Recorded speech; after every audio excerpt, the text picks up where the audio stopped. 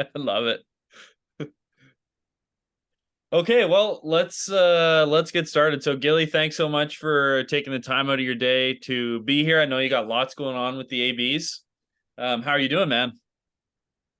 Yeah, mate, I'm going good. Going good. It's a day off today, so time to just recharge for everyone and get ready for a big day tomorrow. So now we're going good. We're sort of starting to really make some progress. So looking forward to Friday night, that's for sure. Sweet, that's exciting. So, Thomas and Clive, right now, you guys have lucked out. You're the only two fellas on the call with us. So, if you have a question, we'll open up the floor to you. You can go ahead and unmute yourself and fire away. Don't be shy. Clive's thinking. Mute. You're on mute, brother. You're on mute. Yeah, you can hear me now? Yeah, loud and clear. All right. So this question and this problem has been facing me the last couple of years. Hence why I wanted to join this with Nick and yourself, Bucky. We're going into 2.5 months now. We got literally a month and a half before the big tournament in the Solomon Islands, and I've been doing things according to the book, and then plus ever since I started the program under you guys, it's been really good. The reaction, the body language from the players, very, very positive. I'm actually surprised and actually excited to see it too. But that length of time before the tournament, I'm just worried about burnout. That's my biggest problem. I've played at big tournaments, not a World Cup, but big tournaments in the Pacific. I played on the HSBC Sevens league for the Cook Islands, Soccer World Cup qualifier. I've never trained 4 months. Usually 2 months out, something like that, but never 4 months. So that's just my worry at the moment. That's my question. I'm putting out there. Possible burnout. Clive, nice to meet you, mate. And mate, good question. Good question, brother. I think the key thing is, if it's a worry of yours, then it's just something that we just need to make sure doesn't come to fruition. So, I imagine a lot of the players you're working with are working full time. Yes. So that's the biggest challenge, is getting that balance right. Yeah. So training before work, then working all day, and then training after work. That does create a point where, hey, gains and adaptations and fatigue could sort of start to get a bit mixed up. So I think it's just a classic, having some lighter weeks or some lighter days, where, hey, you might cancel the evening running session, and you might just sit around and you might actually not have everyone come in, or you might make it just really light. Or I think it's just having those windows of opportunity for people to recharge. You could go out for dinner, you could have a barbecue, really surprise people. That gives people energy and fights any burnout or fatigue. Oh, thanks for that, Nick. That's crossed my mind. That's crossed my mind a lot. That big time. Just switching it up, I guess. Yeah, that's right. And often just having just missing a session or getting rid of a session or deloading a session. That's all you need to do. And it could be a week of that. It could be just a day of that. It could be boys, we're not going to do our run today. We're going to go catch some fish and make a big feed and just sit around and enjoy each other's company. Like we do that in the All Blacks, mate. So because it's a real thing is fatigue. If you're fatigued, or accumulating fatigue and not letting the body recover and absorb it and get better, then you're just pushing people down off a cliff. And so, that's why we've got a day off today. And because we worked so hard yesterday and the day before, we need a day off. Everyone needs a day off or some time out to recharge. So that's how we do that, Clive. Easy. Man, I really wanted to hear that, Nick. Thanks for that. That's just the thing that's been bothering me, man. Yeah.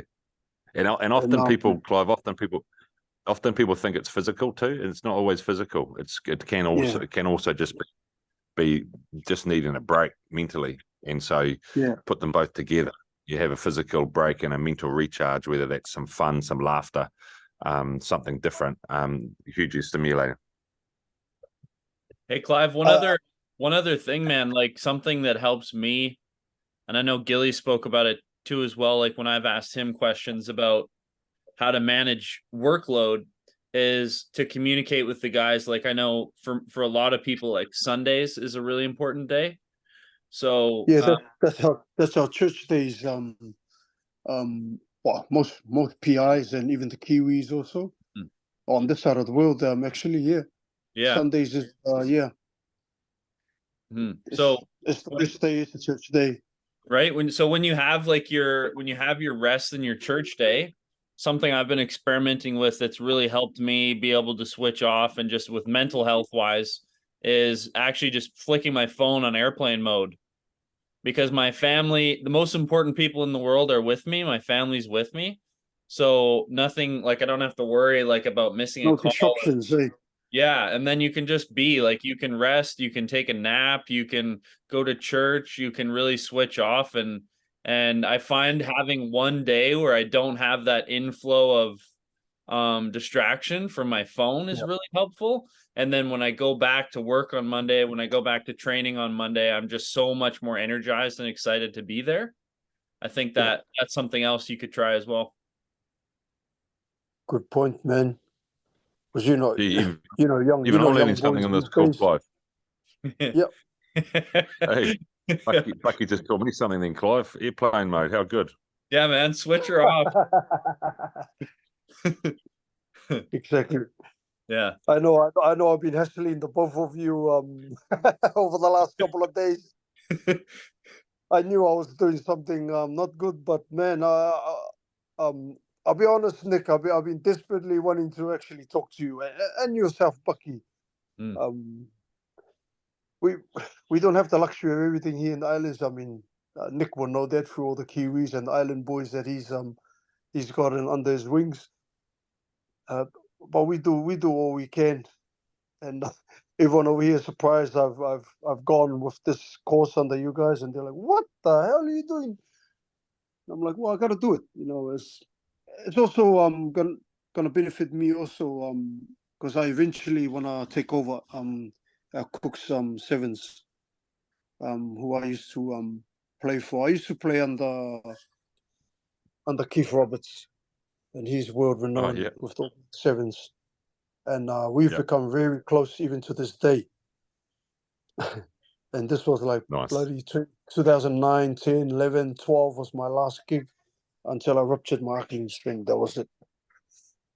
Wow. But myself and Keith have been friends ever since.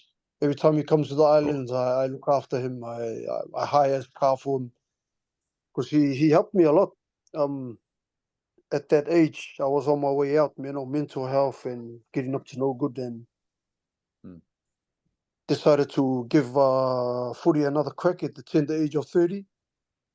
And Keith played a big part in it. So I've been stuck on sevens and footy and New Zealand rugby circles for quite some time.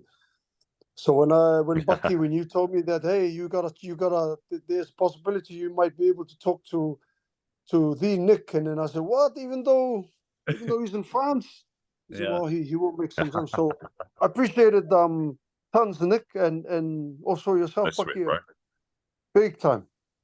This is big for me personally. Mate. No sweat. Yeah, man, we're happy to help. And Clive, I Gilly would probably hate me saying this, but I feel the same. It's still, for me, it's like, it's really cool to be able to work with Gilly and to have, opportunities to, chat with you, Clive, and Tom's here and lots of other people will listen. It's yeah, it's pretty special what we're doing here. Like I said, everyone. I spoke to our Cook Island Rugby Union president today, letting him know my future plans on taking over coaching roles, and I just told him I'm doing this little gig to start with under you guys, and he was shocked. He was like, "What the hell? How did you get that?" Awesome. Beautiful. Hey, Tom sent through a great question. So I'm just going to read it out for him. Sorry, bucket to button, but there's three of us on that we can see, and we've all got beards. So I wonder if Thomas has got a beard. Yeah, Tom, you got a beard, man. He's a little bit shy. Maybe he's a young gun. Maybe he's not at beard status yet. Oh, good. Hey, Tom, to be fair, man, I couldn't grow a beard until a couple years ago, and I'm 32, so might be a late bloomer. All right, Tom had a great question. So whenever I increase my running and sprinting load, the front of my quads and front and side of my hips get quite sore and tight. How can I manage this? Well, for me, there's two things. Front of hips and thighs, quads, obviously means they're possibly working harder than maybe they should be. So I'd be checking out running mechanics. That'd be one thing. But the main thing is making sure you're doing some really good prep before you run. So a lot of hip opening, a lot of couch stretch, a lot of banded hip flexor work. A lot of baby pose. We're sitting on our feet if we can to open up those quads. So really, it's a focus pre-training on opening up the hips. Probably some strengthening around the hips as well. Maybe hip flexors need some love in the gym. Often we're pretty good through our hip flexors, but I'd be focusing on mobility pre-run. And then obviously mobility and soft tissue work post-run. So it's not just stretching, it's not just opening the hips up, but it's also loosening the muscle and the fascia with rolling, with massage, with Theraguns, with balls. So that'd be sort of the two key immediate fixes would be pre and post mobility and soft tissue release. Gilly, what do you think about for Tom? So let's assume maybe his warm-up isn't as structured as it could be. Would you add in, maybe some glute activation work, some glute bridges, some banded walks? Would you add that into the warm-up to try to take some load maybe off the quads and the hip flexors a bit? Yeah, it's good point, Bucky. Obviously, the activation pre-run, especially if it's a high intensity run, that activation of your glutes, hip flexors, even hamstrings is really important. So again, as you said, Bucky, if depending on the thoroughness of the warm-up, like if we think about what most of us need to do for anything of any intensity, first thing is to open up the key movements. And for me, that's ankles, knees, hips. So open up the key movements through mobility. The second thing is then to activate the key muscle groups that we're trying to get to perform. So that's hip flexors, quads, calves, glutes, hamstrings, trying to make sure that they're awake. And then obviously once we've done that, it's a matter of getting really specific. So running drills, etc. Awesome. Tom, I hope that helps. If you have another question, feel free to drop it in the chat box. Hey, Clive, while we're here, man, do you have another question? Give me a thumbs up if you have another question. Or are you good? Yeah. Okay, sweet. Sorry, I'm just figuring out here how to. I think you should be able to unmute now. Yeah. Sweet. So you can hear me, eh? Yeah. So my other question was I'm still on the old the length of their training. So I followed Wales and Scotland and their build up. And there's one side of me that said that all that training they were doing. I mean, they were doing stuff like weightlifting, they were doing powerlifting, they were doing SAS training. I just thought to myself, as an island boy, I'm being honest, is what islanders are like. We're like, oh yeah, all that training, and you get to the World Cup and get smashed by these islanders that they got nothing, they got nothing where they come from. You get smashed from the ABs, and now we're seeing Wales and Scotland like starting to make a lot of noise. My question is the same. How can some people, some teams, professional or amateurs, get that long length of training and build up and still manage to pull things off?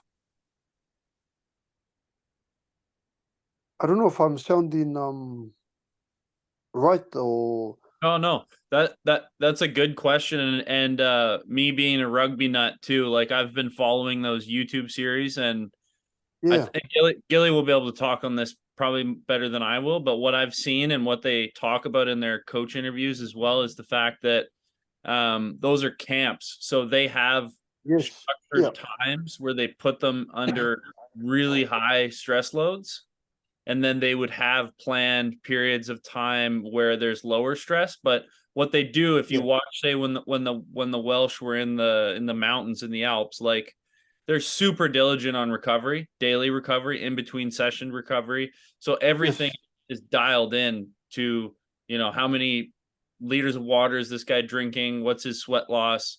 How much is he eating? And then they'll look at that and look at tracking the individual athlete. They'll look at their GPS, they'll look at their wellness scores, to make sure that they're adapting to the stimulus, and they know that, like, I think some of the teams in the warm-up games would even be willing maybe not to put their best performance out there, knowing the guys would be fatigued, but they would then yes. peak for the tournament. What do you think, Gilly? Yeah, Clive, good question, mate. But I think it comes down to what you think your group or your individuals need to be better. And so, Yeah. obviously, Geddy's a big fan of being the fittest team on the planet. So he tries to put in things in place that make you fitter, because that's what he believes gets the best out of the Welsh. And obviously, they did well on the weekend with Aussie, and they look fit and they look ready and they played good footy. And so I think it's really a matter of what coaches or performance staff think the players need and how much of it and when. So it's actually, like, I think it's not required by everyone to go deep in the well mentally or physically. Yeah. Some people just need to get better at catching a ball and passing it under pressure. Yes. So I think that it's really a matter of what are your athletes or what does your team need to improve their performance. And sometimes it's a combination, isn't it? Sometimes it's a matter of putting the team or individuals into a dark place physically, and then asking them to mentally switch on and execute. So whether that's some basic drills under pressure or fatigue or both. And it just depends. Some teams have time, like the All Blacks. We don't really have time for that sort of stuff. Yeah. Because we basically finished rugby championship and then we're straight into the World Cup campaign. So we don't have the time or the luxury to go and do that stuff. But we just got to make the most of the time we do have and figure out what's most important. So that's sort of what we do. Another question, Nick, along that subject. How do you get players? I've been one of these. I'm guilty of this. I've been one doing when I used to play. I was never consistent. There were days where I would just not even train at all, not even put in 150, and I show up.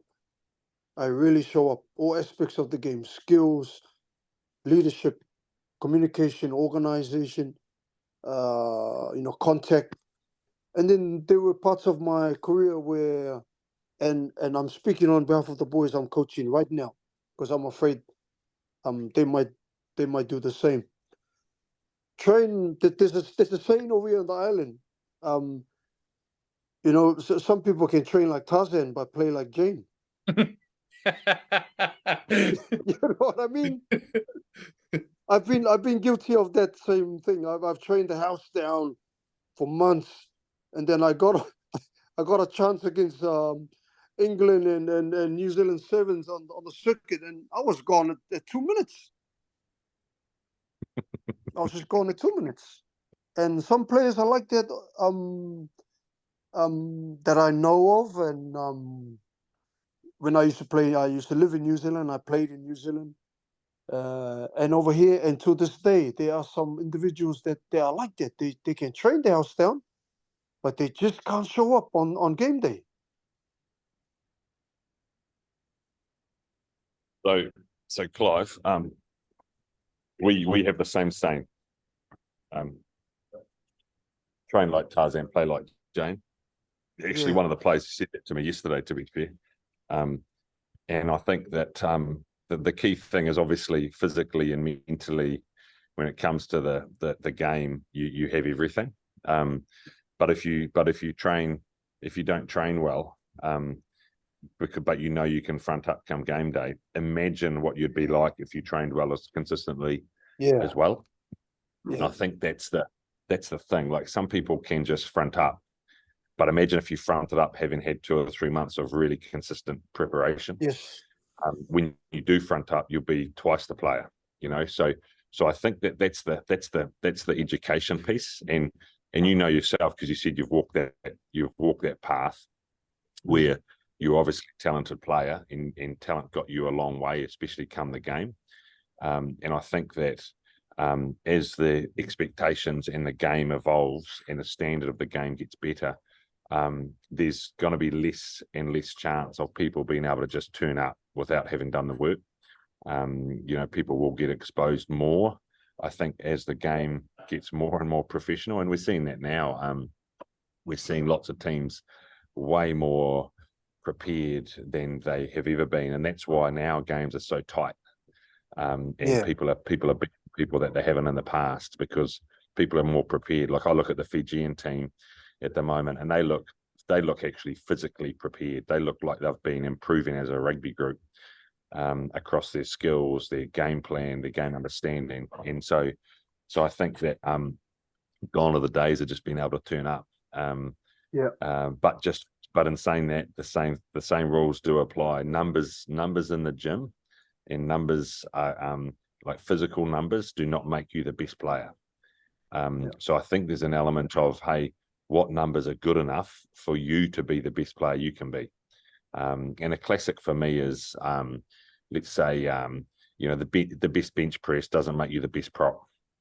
The best squat as a outside back doesn't make you the best evasive running back that can beat people. Okay, so it's a matter of, hey, being strong or being fit gives you that ability to do more and express yourself better. And so that under those crunch moments, you're that 20 centimeters quicker. You're that 20 centimeters more evasive. All of a sudden, you can open up a game. Maybe if you weren't as physically prepared, maybe you can't open up a game as well as you could have. I use Rico as a good example, Nick. He's a freak. Some of the boys after our gym sessions, I tell them to do extras, core stuff and maintenance work on injuries and whatnot. And then, you turn your back and then you look back and then they busting some arm workout, and then bloody modeling in the mirror. And then I always say this to them. I said, you look at Rico Ioane. He's like a stick. His upper body frame. But man, that kid's a machine. Yeah. World class, not New Zealand class, world class. Yeah, no, and he's a good example, Clive. Like, he's extremely fit. He's strong. He's powerful. He can run fast, right? But at the end of the day, the biggest thing he's got a skill set, and ability to perform, in big pressure moments. And he gets himself in a physical state that allows him to do what he needs to be able to do on the field. Don't get me wrong, Clive, the boys love bicep curls, okay? But that's when everything else is done, mate. You know, like everything else, the big rocks have to be Get all in the place work done first. first, yeah. Well, it's like, you know, you would have heard the saying about baking a cake, mate. You know, like you bake your cake, and that's those arms, that's just the icing. You know, that's the last thing that goes on, but you got to do all the other stuff first. Yeah. And Clive, just another thing, like with a lot of the athletes that we work with, obviously we coach them remotely, right? So we look at their training consistency, we look at whether or not they're doing their recovery, their energy levels, etc. And what we work on them a lot on is to really fall back on their why. Like, why is training important to you? Why is pursuing rugby important to you? Because if you know that, then it makes it a lot easier when you want to bugger off and skip out on your conditioning work, or skip your good night's sleep, or skip your stretching. There's all those small decisions that add up. And then come that time, like that's also to me like where a lot of self-confidence comes from. If you've done all that preparation, you can really back yourself because you have all that in the bank, right? So for the guys you work with, that might be a really good coachable moment, is like, hey, why are you here? Why is this important to you? And if you know why that is, then remind yourself of that when you want to skip out on stuff, because it'll make a difference at the end of the day. It's all those 1% things that add up. I'm clear now, man, so far. Sweet. Big time helpful. The other thing, Clive, the other thing that I find really interesting with young players that I think we need to as S&C coaches need to really push harder, and that's people spend a lot of time and energy on the physical side of their preparation, but can't catch and pass very well. You know, like the game's about a little ball that we're meant to try and get over a line, and no point having big biceps if you can't catch a ball. You know, and so it's really important that the skills, the micro skills that are important for any player across all the positions is tapped into all the time. Awesome. Hey, it's good hearing it from you two, because these are things that I already know, but no clear, concrete confirmation about it. You know, I've always known these things, and it was always taught to me over the years of my former coaches and in the past. They've really told us these things, but it just slowly fades, and you just need that. I needed to hear it from you guys, from you, Nick, and also from yourself, Bucky. This really cements everything. Go with your gut too, man. Like you have loads of experiences, and oftentimes you'll know, you'll know the answer. Just back yourself. Yeah. We got a great question in. I'm not sure who it is, but they have a Santa Claus emoji. Hey, Bucky and Gilly, my understanding of periodization was loosely as follows: endurance, hypertrophy, strength, power. I believe this is a bit outdated. What is your standard practice with periodization and why? Gilly, yeah, actually, we'll answer this one, but if you would like more in-depth answer, go back into our podcast. I believe it's episode 2 of Gilly's Big Rocks of Performance. There's some really good information in there, but we'll answer it as well here. So what do you think, Gilly? What is your standard practice with periodization and why? Oh, I think it's a good point. It is sort of a little bit outdated in rugby union, that's for sure. I think the periodization in my mind at the moment is based around competition, and so we have a competition phase, we have a pre-competition phase, a pre-season, and an off-season. So they would be my 4 sort of phases. And I think that's important because those phases are of different lengths for different players. So some players around the world have 2 competition seasons, and therefore they have 2 pre-seasons and 2 off-seasons and 2 pre-competition phases. So all of a sudden they're only a couple of weeks each. So time is limited. And that's why the classic periodization of building phases of strength and hypertrophy and endurance sort of go out the window, because we need to achieve all of those things in most players in shorter periods of time. So that's probably where things are at, is if I've only got a 3-week off season, well, I'm not going to be able to spend a week on strength, a week on endurance, a week on hypertrophy. I'm going to try and spend 3 weeks doing everything. So that's probably the simplest way to answer it, is we need to understand the length of our phases around our calendar year. And then we need to understand what are the most important aspects for that rugby player, that individual, to build in the time they have. And in season, in the competition phase, most rugby players are trying to do a little bit of everything.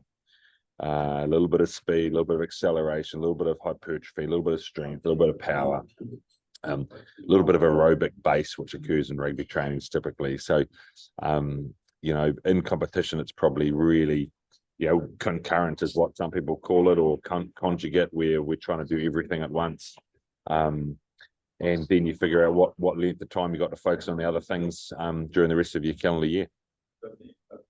Gilly, would you say on that note then, because like what I think another thing it'd be interesting to add is if the player knows themselves, right? Like, and that, let's say we're talking the in-season period, would you still maybe place more of an emphasis on, say, endurance training if the athlete was lagging behind in the games or their engine was sort of falling behind? Like, would you do that instead of doing extra hypertrophy work? Like, how do you figure out which to emphasize the most, or do you just balance it out across all of those things?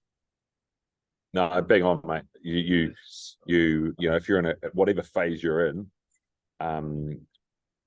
then the individual needs to have priorities.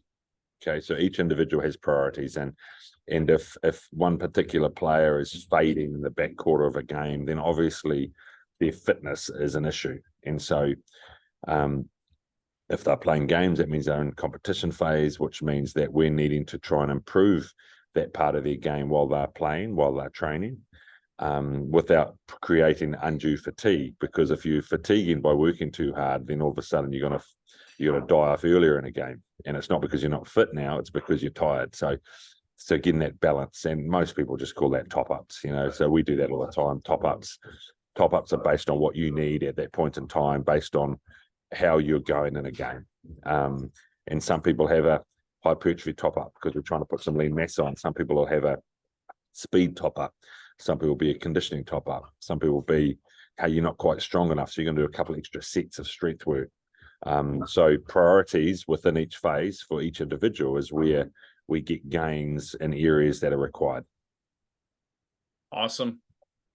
Hey guys, before we jet, I'm sure Gilly wants to get some coffee and breakfast in his system. It's nice and early there in France. Does anyone have one more question before we go?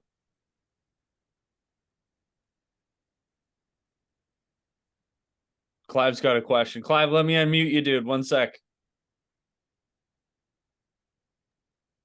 No, I'm actually lost for words, man, because I'm overexcited about the session. I think I'll gather some quick questions for Nick on Wednesday. Sweet. When he's ready for his one-on-one. But he's given me a time set, so I had it, but I'm just really listening to the other guys throwing their questions, and then literally along the same lines as what I wanted to ask too. Love it. We got another question. So, as a younger player, I'm 16. I have approximately 6 months off. Do I specialize more through phases? So I think if you have that much time off, then you can break it up more. You can give yourself a specific length of off season. You know, you can break it up into your preseason. You want to figure out the dates. How much time do you have until you start training with your club when your preseason starts, and then reverse engineer that plan based on your specific needs in this case. So being a young guy at that age, really take into account what Gilly said. So just because it's off season doesn't mean you don't do any rugby. So keep sharpening your skills, have practice sessions, get together with some mates. If you can, play touch rugby so you stay sharp. That's also a great form of fitness and skill development. And then because you're already working with us, send us a message in Team Builder and we'll help you map that out. So we'll look at, the date of your preseason, how long you have for your off-season training, and we'll be able to help guide you through that. So hopefully that answers. Hey, Adam has just joined us. Adam, we were just about to finish up the call, man, but if you have a question for Gilly, go ahead and drop it in the chat. Yeah, you're welcome, man. You're welcome. We'll just wait a minute here for Adam, and then if we don't hear, thank you everyone for coming today. This was awesome, and thanks to you, Gilly. No, sweet, man. Been good fun. Anytime. Okay, let's give it a minute. Oh, Adam just tuned in.